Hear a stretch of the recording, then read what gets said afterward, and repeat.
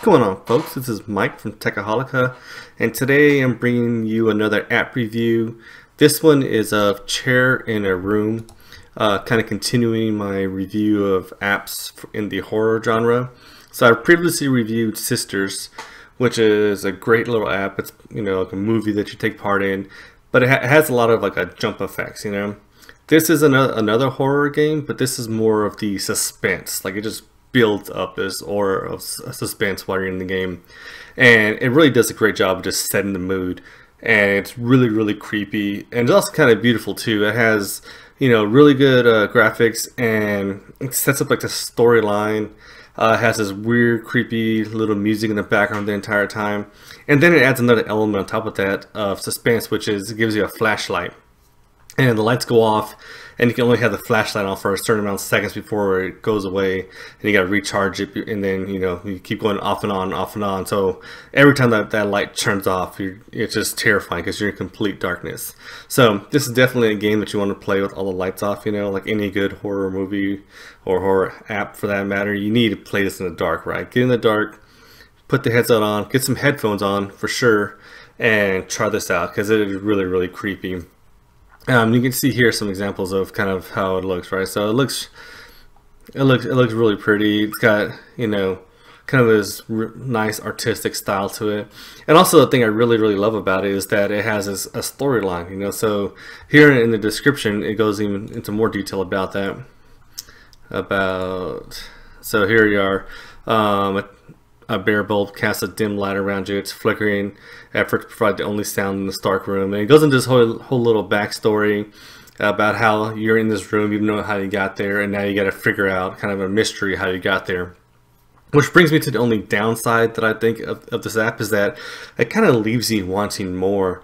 Like after it's all done, you're just there and nothing happens. And it'd be nice if I realized it's not a completed story just yet, but it'd be nice if at some point it said to be continued, or it flashed back to the intro scene or something. Just to kind of give you that complete feeling that okay, I'm done with this now. But besides that though, this is a really neat little app.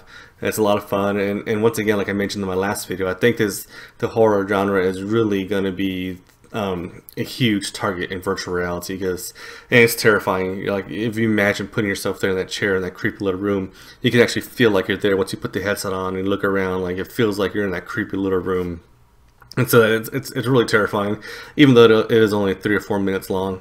So what I'm going to do now is jump into the app. I'm only going to play a couple, like maybe 30 seconds of it, because I don't want to give everything away, but just enough for you to kind of get the feel of how this game works, right? So let's take a look at that.